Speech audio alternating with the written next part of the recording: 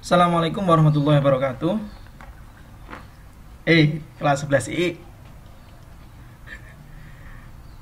Bagaimana kabar kalian hari ini? Semoga Allah selalu melindungi kita sehingga kita bisa melaksanakan kegiatan pembelajaran hari ini dalam keadaan sehat walafiat.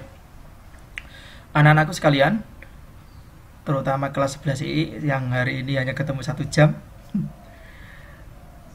Untuk materi di kelas 11 I ini yang akan dibahas adalah mungkin yang pertama dinasti Abbasiyah, kemudian dinasti Utsmani, Safawi, dan Mughal. Berbeda karena sesuai dengan peraturan KMA terbaru, materinya sama dengan kelas umum. Lebih memudahkan saya. Anak-anakku sekalian, untuk pertemuan hari ini kita akan membahas tentang Daulah Abbasiyah atau dinasti Abbasiyah, sebutnya yang lain. Yang pertama, mengapa sih kita harus belajar tentang dinasti Abbasiyah? Poin yang pertama adalah diharapkan nanti setelah kalian belajar ini sama tahu bahwa dinasti Abbasiyah itu merupakan dinasti dengan peradaban yang paling fenomenal, yang paling tinggi dari segi ilmu pengetahuan dan peradabannya. Kemudian yang kedua, peserta mampu mengetahui bagaimana sih proses lahirnya dinasti Abbasiyah ini. Agak sakit ya, saya minum dulu.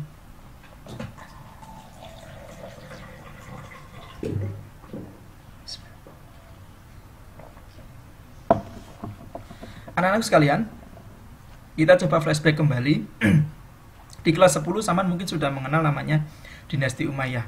Dinasti Umayyah itu lahir oleh siapa? Muawiyah bin Abi Sufyan di peristiwa Tahkim. Peristiwa peristiwa antara konflik antara Ali dengan Muawiyah. Di dinasti Umayyah juga terbunuhnya oleh Sayyidina Husain di peristiwa Karbala. Ya, ini adalah mungkin awal dari motivasi bagaimana terbunuhnya dinasti Abbasiyah. Saya kasih gambaran bahwa dinasti Umayyah nanti itu akan dibasmi, dibunuh oleh dinasti Abbasiyah. Karena merasa dulu cucu Sayyidina Husain dibantai oleh siapa namanya? Anaknya Muawiyah itu, Yazid bin Muawiyah. Jadi orang-orang keturunan dari Ali, karena Abbas itu juga mungkin masih paman Rasulullah, masih kaitannya dengan Ali, itu merasa nggak terima. Dan Abu Abbas As-Sofa sendiri, pendiri dinasti Abbasiyah, itu pandai memanfaatkan situasi di mana beliau merangkul golongan Mawali yang kecewa terhadap pemerintahan Umayyah, sehingga Abu Abbas As-Sofa sendiri mendapat banyak dukungan dari keturunan Ali. Kita mulai dari bagaimana sih awal mulanya berdirinya dinasti Abbasiyah. Yang pertama, sebenarnya dinasti Abbasiyah ini muncul dari gerakan-gerakan kecil terhadap kekuasaan Daulah Umayyah di Andalusia pada masa kepemimpinan Khalifah Hisham bin Abdul Malik. Dinasti Umayyah itu ada dua, yang pertama di Andalusia, yang pertama di Damaskus, yang kedua di Andalusia Spanyol. Ini merupakan dinasti Umayyah kedua, karena yang pertama itu bubar, kemudian muncul di kedua di saya sakit tenggorokan muncul di Spanyol. Pelopor gerakan pertama dinasti Abbasiyah ini adalah dari kelompok Mawali, kelompok Muhammad bin Ali. Dia mendapat dukungan dari Mawali yang merupakan keturunan Ali, kemudian pengikut Syiah, penggemar berat cucu Husain, karena cucunya Rasulullah Sayyidina Husain.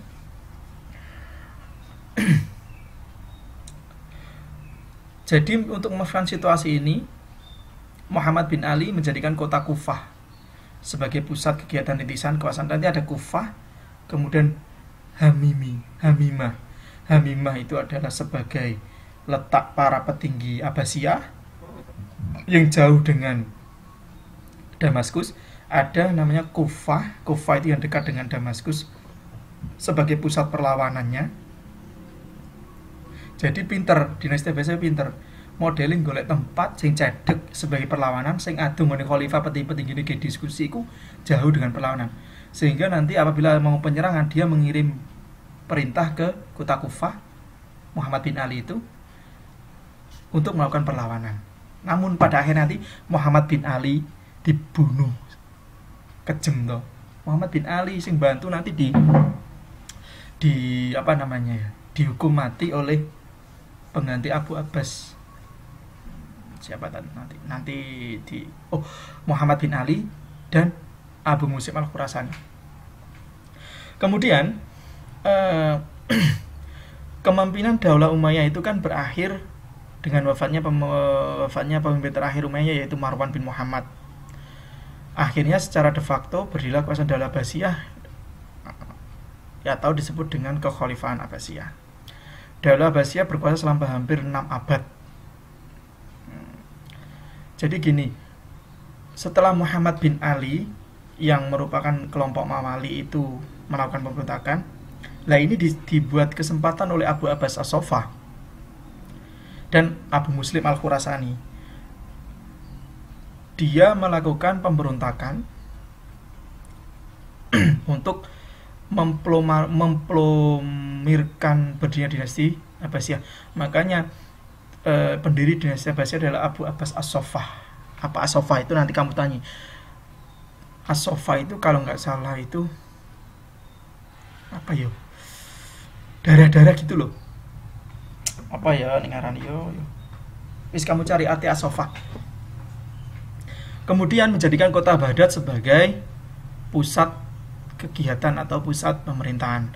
Pada masa kalau nggak salah Khalifah Al-Ma'mun, itu Baghdad itu sudah menjadi kota yang sangat indah dengan bentuk lingkaran, atau disebut dengan the circle of Baghdad. Baghdad era Khalifah Al-Ma'mun yang saya baca dulu itu berbentuk lingkaran. Kemudian setelah menjadikan Baghdad sebagai pusat pemerintahan, pada Khalifah Al-Mahdi wilayah Islam sangat luas, meliputi wilayah Daulah Umayyah, Jazirah Arab sampai ke wilayah Cina. Jadi nanti perlu digarisbawahi bahwa karena wilayahnya dinasti Abbasiyah sangat luas sekali, mengakibatkan disintegrasi bangsa, tidak terkoneksinya antara pusat dengan daerah, maka muncul atau berdirilah semacam dinasti-dinasti kecil di bagian barat Baghdad, timur Baghdad, itu sehingga nanti akan mengakibatkan disintegrasi bangsa dan hancurnya dinasti Abbasiyah. Minum dulu.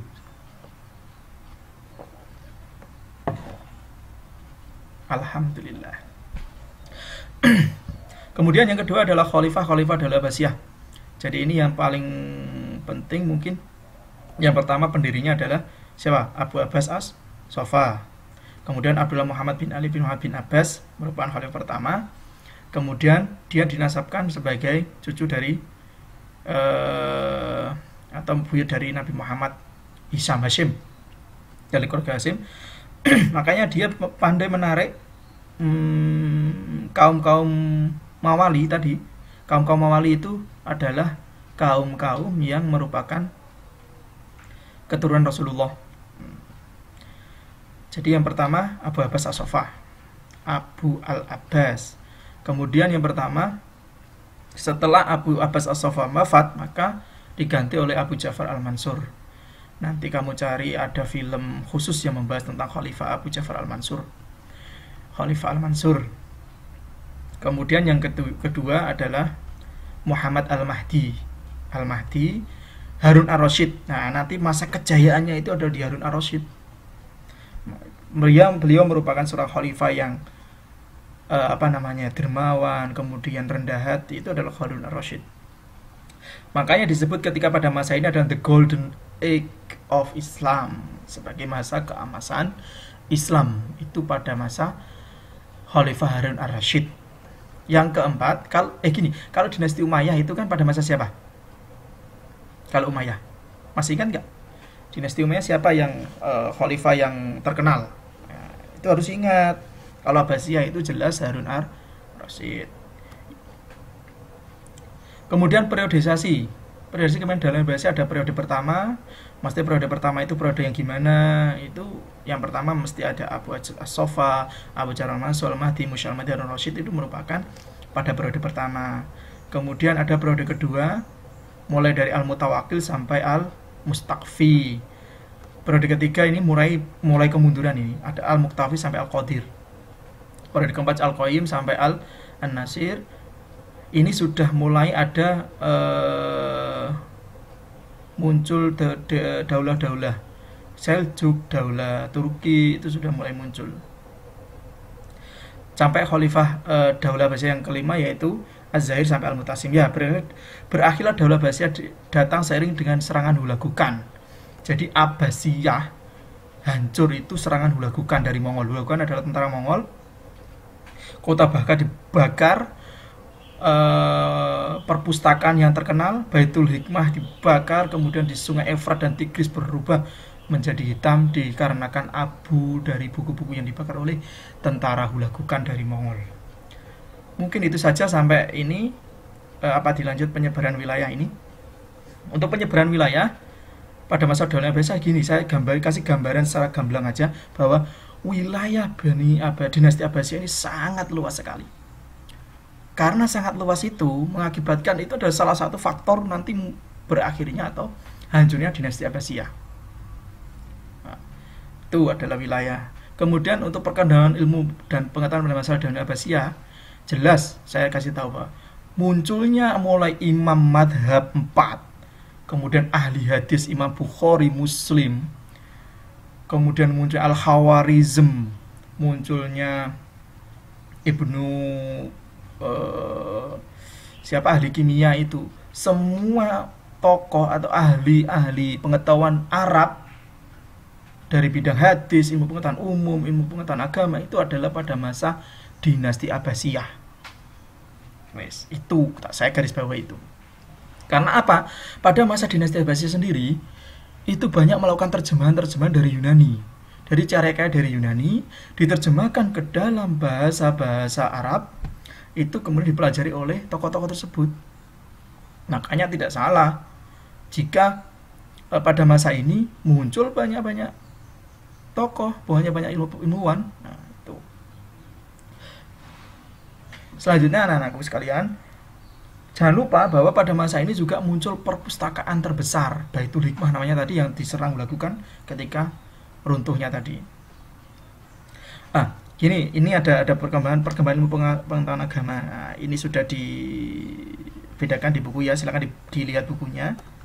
Untuk perkembangan itu muluknya, ini di antara ulama tersebut yang terkenal adalah Malik bin Anas. Anas bin Malik siapa nggak tahu? Dia menulis Al-Muwatta. Kemudian Ibnu Urbah, Sufyan As-Sauri, Muhammad bin Ishaq. Itu adalah beberapa tokoh-tokoh yang terkenal atau ilmuwan pada masa dinasti Abbasiyah. Dalam bidang fikih munculnya 4 mazhab fikih. Ini loh. Ada Abu Hanifah, Imam Malik, Imam Syafi'i, dan Imam Ahmad bin Ibnu Hanbal. Itu muncul pada masa dinasti Abbasiyah era Khalifah Harun ar-Rasyid. Gini aja, muncul pada masa dinasti Abbasiyah. Kemudian di bidang kimia itu siapa ya? Kalau kimia itu saya lupa ya.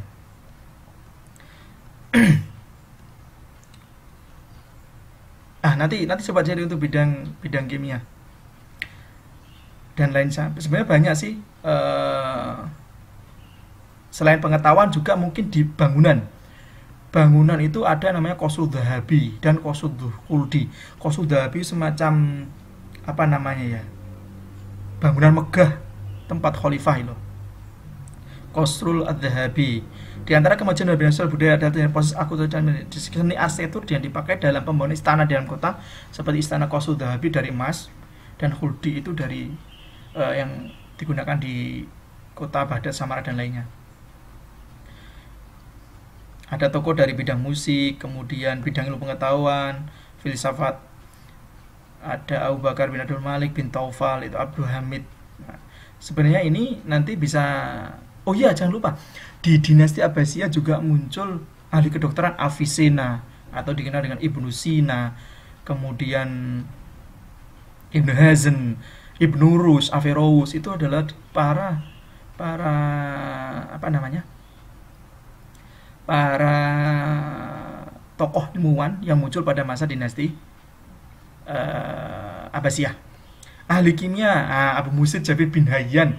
Saya lupa, Abu Musa Jabir bin Hayyan. Jabir bin Hayyan adalah seorang ahli kimia. Dia sebenarnya juga ahli dokter. Kalau di bidang matematika ada Al-Khwarizm yang menemukan angka 0 itu, Al-Khwarizm. Kemudian Al-Farghani dan Al-Biruni. Anak-anak sekalian, saya tidak bisa menyebutkan satu persatu terkait bagaimana tokoh-tokoh ilmuwan itu berperan penting muncul pada masa dinasti Abbasiyah, karena banyak sekali. Nanti silakan baca sendiri, silakan sama buat semacam peta konsep biar memudahkan kalian dalam memahami materi ini. Jadi nanti dibedakan tokoh ilmuwan agama, bidang fikih, bidang hadis siapa, fikih, kimia, itu nanti sama buat semacam peta konsep. Itu tugas kalian ya, untuk memudahkan dalam pemahaman sampean. Yang kemudian bidang pembangunan. Bidang pembangunan juga ada. Kok banyak ya? Oke, mungkin saya kira cukup sampai di sini, sampai sistem pemerintahan Daulah Abbasiyah, karena mungkin ini gampang sebenarnya, sistemnya dipimpin oleh wazir gitu aja. Dipimpin oleh seorang wazir, kemudian ada beberapa namanya sekretaris atau disebut dengan diwan. Diwan itu adalah Diwan Al-Kharaj, sebagai keuangan, departemen diwan, bukan. Kalau Kharaj kan Katibul, ada Katul Qadha. Nah, ada diwan nanti silakan dihafalkan. Dan pada masa dinasti Abbasiyah juga dibagi menjadi beberapa bagian wilayah, ada Nizamul Idari, kemudian ada Imarat Al-Khassa, Imarat Al-Istilah. Maksudnya apa? Di situ setiap kota atau wilayah dibagi menjadi wilayah-wilayah khusus ya. Wilayah khusus nanti itu disebut dengan Imarat Al-Khassa, dipimpin oleh seorang amir, lah seperti itu. Sama mungkin di Indonesia ada namanya gubernur, ada namanya bupati, lah seperti itu. Itu sudah terjadi pada masa dinasti Abbasiyah. Anak-anak sekalian, mungkin itu sedikit pembahasan terkait dengan materi dinasti Abbasiyah. Semoga apa yang telah kita pelajari nanti. Oh, sekalian ini terakhir mungkin, yaitu faktor penyebab kemunduran. Saya kasih 2 faktor penting. Yang pertama ada faktor internal dan eksternal. Jelas, kalau internal mesti gaya hidup para penguasa mewah, foya-foya. Kalau internal, kemudian ada persaingan antar bangsa. Nah, ini juga karena wilayahnya sangat luas sehingga muncul disintegrasi bangsa. Setiap suku-suku membuat dinasti sendiri, bersaing, saling perang, sehingga menyebabkan pemerintah pusat Abbasiyah itu bingung, kelabakan menghadapi ini karena wilayahnya sangat luas. Akhirnya terjadilah kemunduran. Kemudian kemerosotan ekonomi, karena kehidupan yang sangat foya-foya, hanya mementingkan diri sendiri sehingga ekonominya merosot. Konflik keagamaan, ingat, konflik keagamaan di sini sudah terjadi yang namanya fanatisme keagamaan.